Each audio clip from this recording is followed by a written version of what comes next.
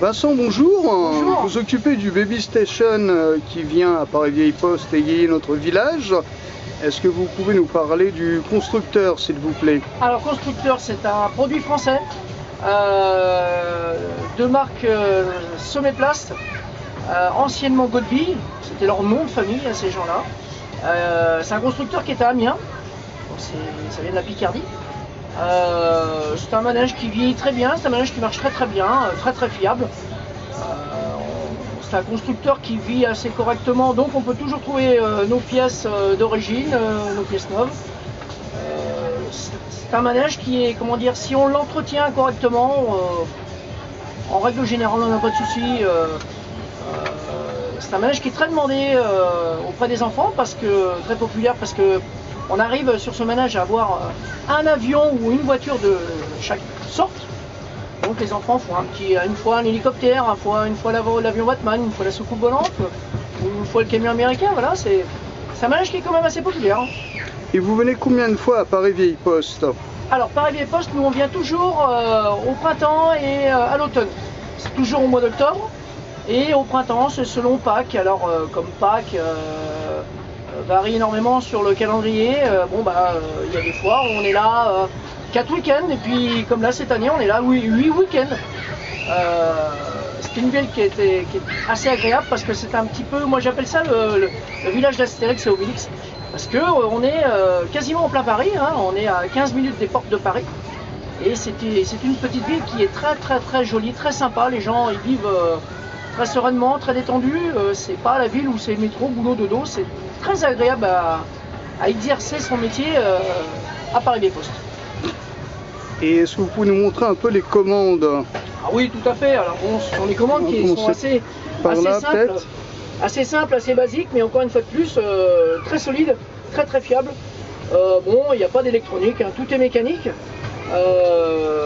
On a un système manuel ou un système robotisé, minuté. Moi je préfère le système manuel parce qu'on manipule son manège un peu comme on veut. Moi après là j'ai la partie guichet, l'animation micro, tout ce qui est sonorisation c'est là. Avec petit boîtier jingle, etc. On a notre petit iPod, on a notre logiciel par ordinateur qui gère la musique. Ça c'est assez confortable parce que ça marche quasiment tout seul. Il y a une vidéosurveillance, je vois aussi. Oui, tout à fait. Alors ça a deux fonctions en fait. Ça me permet l'après-midi de visionner de l'autre côté du manège avant le démarrage et surtout pendant l'arrêt. Et puis en même temps, c'est un deuxième effet, c'est la surveillance nocturne pour éviter, on va dire, la délinquance de nuit, quoi. Et le tableau de commande alors? Oui, allez-y, posez-moi vos questions. Alors donc marche-arrêt ici. Alors là on a la partie manège et là la partie éclairage. Moi ce qui est en plus sur ce manège par exemple, c'est de faire sauter les avions, par exemple comme en ce moment, avec un petit jingle. Alors ça c'est quelque chose de très populaire aussi, ça plaît aux enfants. C'est quelque chose qu'on a mis au point.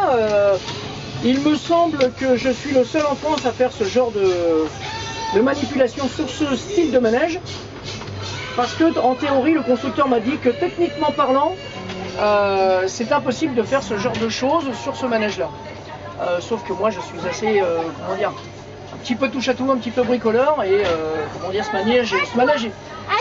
manège est équipé de la marche arrière. Les autres non. Ce manège est équipé du système pour faire sauter les avions avant la fin avec un jingle.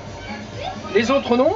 Et il est sur un convoi au niveau du transport? Alors au niveau du transport, c'est un manège qui rentre dans un semi-remorque. Il est tracté par un tracteur, bon c'est une petite anecdote, mais un tracteur un peu particulier. Pourriez m'en donner un s'il vous plaît, parce qu'il m'en reste un. Oui. J'ai 2 enfants. Alors, merci beaucoup madame, c'est parfait. C'est un manège qui se démonte quasiment entièrement. Il existe des manèges qui se plient. Celui-là non, ça va venir, mais pour l'instant il est tout démontable. L'enceinte centrale est sur une remorque, une petite remorque, moins de 3,5 tonnes, que l'on attelle derrière le semi-remorque, mais le manège a besoin d'un semi-remorque parce que dès que vous équipez un peu de lumière, sonorisation, etc., gadget en tout genre, faut le rentrer, ça crée du volume, il faut le rentrer dans un semi-remorque.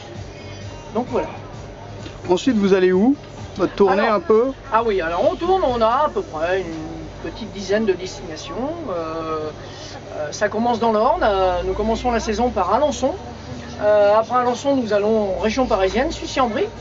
Après Sucy-en-Brie, dans les Yvelines, toujours en région parisienne, Maurepas. Après Maurepas, nous venons à Paris-Vieille-Poste. Après Paris-Vieille-Poste, dans le temps, on allait à Aix-les-Bains. On va créer une nouvelle destination cette année qui sera le Quatre-Plages, dans le sud de la France, à côté de Perpignan, 20 km de Perpignan à peu près. Suite à ça, ça c'est pendant la période estivale, juin, juillet, août.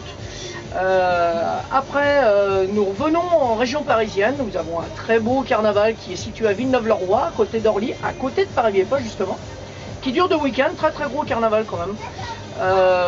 Villeneuve-le-Roi donc, après retour Paris-Vieille-Poste, nous sommes en automne, nous sommes au mois d'octobre.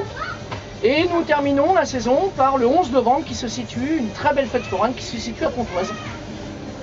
Bah, merci beaucoup pour cette interview, merci. Eh bien, merci, et puis espérons en espérant de vous avoir aiguillé un petit peu sur la fonction d'un manège, chose que les gens ne connaissent pas toujours, et c'est toujours agréable d'expliquer un petit peu un métier, on va dire entre guillemets hors norme, mais toujours autant intéressant. Merci à vous.